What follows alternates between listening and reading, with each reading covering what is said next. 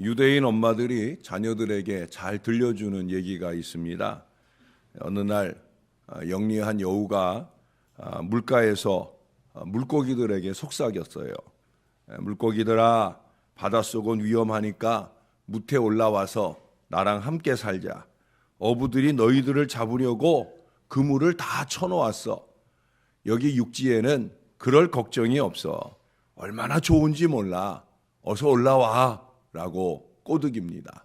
물고기들이 회의를 하고 난 끝에 여우에게 말했답니다. 여우님, 우리들을 생각해 주는 것은 너무 고맙지만 우리는 물속이 더 안전하고 편하답니다 라고 대답을 했다는 거예요.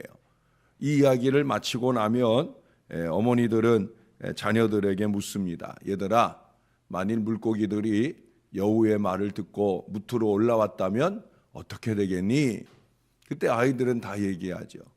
다 죽고 말지요 라고 대답을 한다는 거예요. 그러면 그때 어머니는 이렇게 말해줍니다.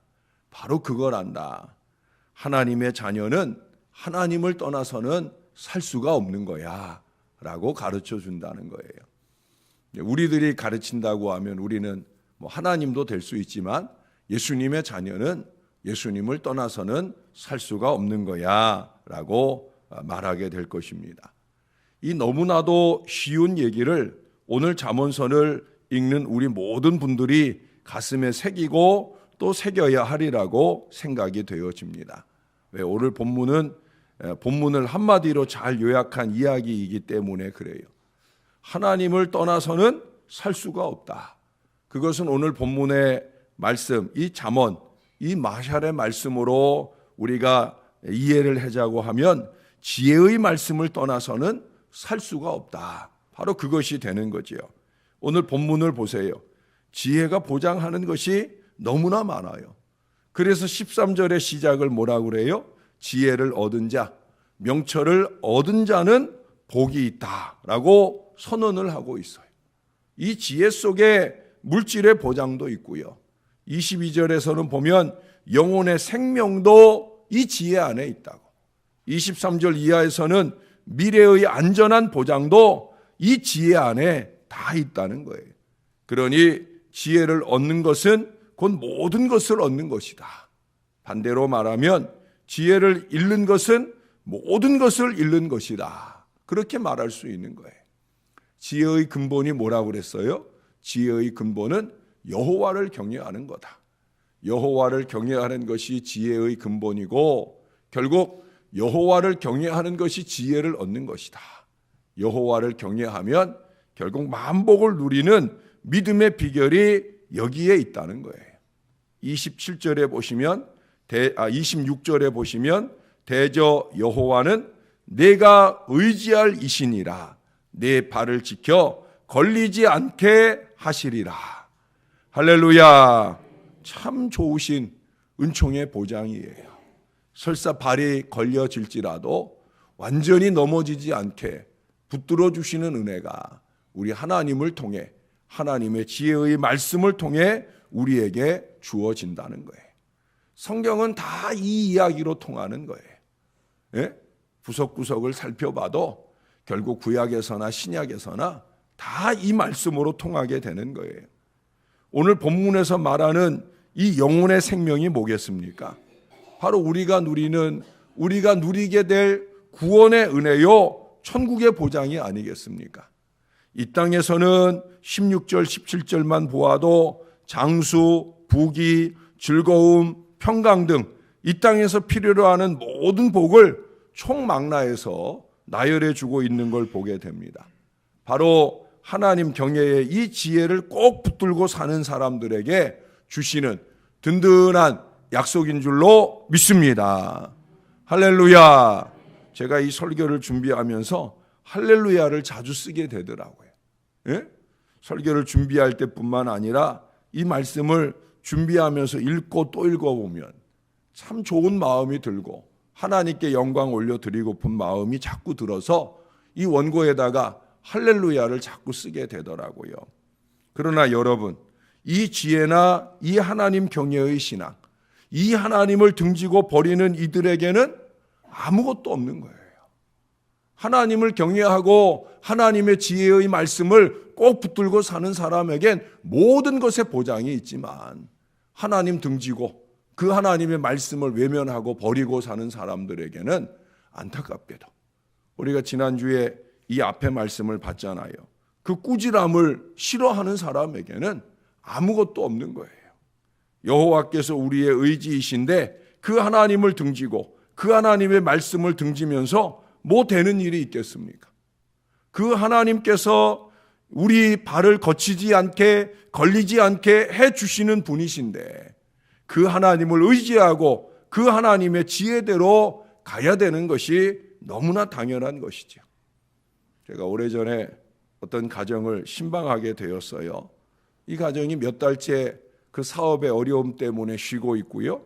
무척 힘든 과정을 지나고 있었습니다. 그때 마침 대신방이 되었는데 이 가정의 신방의 차례가 되어서 신방을 하게 되었어요. 어려운 시기라 그런지 이것저것 다 가로막혀 있어서 그런지 무척 사모하는 마음으로 그 신방을 기다리고 받았습니다. 아주 은혜로운 예배를 드렸어요. 사모하는 마음이 있기 때문에 그런 가운데 드리는 예배인지라 얼마나 은혜가 넘치는 시간이었는지 몰라요. 벌써 신방을 해보면 느낌이 팍팍 올 때가 있거든요. 이 가정에 오늘 드린 예배대로 오늘 주신 말씀대로 역사가 올 것이다 하는 그런 기대가 있기 때문에 신방을 하고 나서도 제가 그 말씀 의지하고 그 가정 위해서 기도를 많이 했어요. 근데 바로 그 다음 주부터 오래 걸리지도 않았어요. 바로 그 다음 주부터 사업이 열리기 시작하는데 언제 그랬냐는 듯이 막 풀려나가기 시작을 하더라고요. 심지어 자녀가 예기치도 않았던 아주 많은 장학금까지 받게 되는 은혜까지 임하게 되는 거예요. 그분이 그런 말씀을 하시더라고요. 목사님 신방 다녀가신 뒤에 그런 축복의 은혜가 넘쳤더라고. 근데 눈깔 사탕 하나 없더라고요. 이거 농담이고요. 제가 마음 아팠던 것은 하나님께 대한 감사가 없더라고요. 그건 정말 마음 아픈 일이에요. 근데 제가 그때 그분이 목사님 신방 다녀가시고 난 뒤에 막 축복의 은혜가 넘치더라고요 라고 얘기할 때 제가 그런 얘기를 했어요. 말씀을 믿으신 결과입니다. 하나님의 지혜의 말씀을 온전히 의지하고 그 말씀을 모든 장애를 여는 열쇠로 삼으셨기 때문입니다 라고 말했습니다. 할렐루야. 말씀을 의지하는 것에 희망이 있는 거예요. 지혜를 지혜로 얻는 자는 반드시 복이 있는 거예요. 전에 어느 기업 총수가 세상을 떠났습니다. 기업 총수니 얼마나 많은 돈을 가지고 있었겠어요. 그는 예수 믿는 사람이 아니었기 때문에 자녀들에게 돈만 남겨주었어요. 자녀들에게 많은 돈만 남겨주었어요. 둘째 아들이 지방에 살고 있었는데, 지방 도시에 살고 있었는데 이 둘째 아들이 아버지를 모시고 있는 중에 아버지가 세상을 떠났어요. 큰아들이 아버지가 죽었다는 얘기를 듣고 득달같이 달려옵니다. 아버지 장례 치르려고 아버지 돌아가신 게 슬퍼서 온 것이 아니라 그의 관심은 딱 하나였어요. 뭐예요? 유산. 아버지 모시고 있던 이 둘째 아들이 유산 혼자 다 독차지할까 봐 그게 더 걱정인 거예요. 그래서 혼자 그 길을 달려와가지고는 동생을 보자마자 아버지한테 가보고 이런 것도 없이 야, 너 돈 얼마 받았냐? 이 말 먼저 물어보더라는 거예요. 둘째 아들도 또 둘째 아들대로 나 800억 받았어 라고 자신 있게 얘기를 합니다.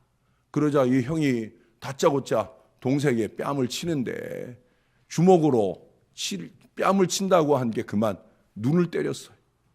눈을 다쳤어요. 그러니 그 둘째 아들의 그 아들들이 이건 큰아버지고 뭐가 없다는 거예요.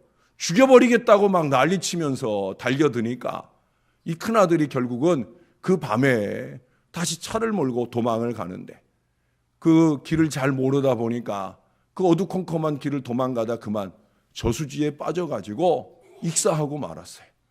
이 소식을 또 큰아들, 아들들이 또 듣고는 다 죽여버리겠다고 그러면서 큰아들 아들들이 또 다 내려와 가지고 집안이 온통 싸움박질을 하고 난장판이 났어요. 아버지 장례는 남들이 다 치러주고 아들들 손주들은 다 철장에 갇혀서 그렇게 아버지의 장례에 자리 하나 지키는 자식이 없는 불행한 결말을 만나게 되었다는 거예요. 여러분, 이런 비극이 어디 있습니까? 그 아버지도 그 자식들도 지혜나 명철을 가지지도 못했고 남기지도 못했기 때문이 아니겠습니까? 세상의 것을 다 얻는다 할지라도 이 지혜를 얻지 못하면 다 헛것이 되는 거예요.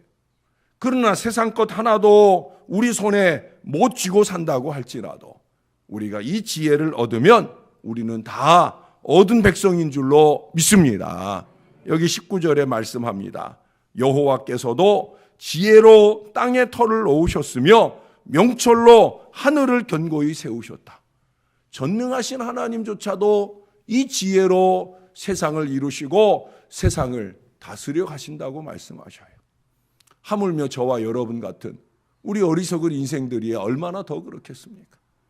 하나님의 지혜 없이 하나님의 지혜를 외면하고 우리가 할 수 있는 일은 아무것도 없는 거예요. 사랑하는 여러분, 하나님의 지혜의 말씀을 경청해 들으시고 이 지혜의 말씀을 우리에게 쏟아주시는 우리 하나님을 온전히 의지하는 저와 여러분들이 될 수 있기를 바랍니다. 믿음으로 그렇게 주님만 의지할 수 있다고 하면 우리의 길도 열릴 거예요. 지름길을 열어주실 거고요. 생명길을 열어주실 것이고요. 우리가 누리지 못하는 그 부귀와 축복의 역사도 우리 자손들 가운데 넘치게 더하실 줄로 믿습니다. 가정의 달 5월을 맞아 자녀들을 위해 기도하시되 우리의 자녀들이 이 지혜와 이 명철을 붙들고 사는 믿음의 자녀들 되게 해달라고. 내가 우리 자식들에게 큰 물질은 물려주지 못할지라도 적어도 이 하나님 의지의 이 믿음만큼은 꼭 물려주는 건강한 신앙의 부모가 되게 해달라고 그렇게 간절히 매달리시며 지혜를 사모하시고 지혜를 남겨주시는 하나님의 귀한 백성들 다 되시기를 주님의 이름으로 축원합니다. 기도하겠습니다. 아버지 은혜를 감사합니다. 하나님 은혜로 통하여 하나님께 영광 올려드릴 거룩한 믿음이 우리 안에 있게 해주셔서 감사합니다. 어린이날을 대체하는 휴일을 맞아서 그래도 육신을 쉬는 가운데 또 한 번의 예배라도 더 드리고자 주님 존전에 나와 있는 사랑하는 주의 자녀도 있습니다. 얼마나 귀한 믿음들인지 부족한 종이 이와 같은 하나님의 자녀들을 섬기고 목회할 수 있어서 언제나 행복합니다. 아버지 하나님, 우리 교회 모든 주의 자녀들이 이처럼 하나님을 기쁘시게 하고 하나님 의지하는 이 믿음으로 살게 도와 주옵소서. 주일을 잘 지켜내고 월요일 새벽이면 주님 앞에 예배하는 이 즐거움으로 사시는 우리 어르신들뿐만 아니라 날마다 새벽을 지켜내며 주님께 영광 올려드리는 사랑하는 주의 모든 자녀들이 예배를 통해서만 아니라 하나님께 늘 그 말씀으로 그 하나님을 의지하는 믿음으로 날마다 사는 하나님 거룩한 백성들 다 되게 도와 주옵소서. 그래서 어르신들에게는 건강한 장수를 주시고 젊은이들에게는 형통한 부귀와 영광과 축복을 더하여 주옵소서.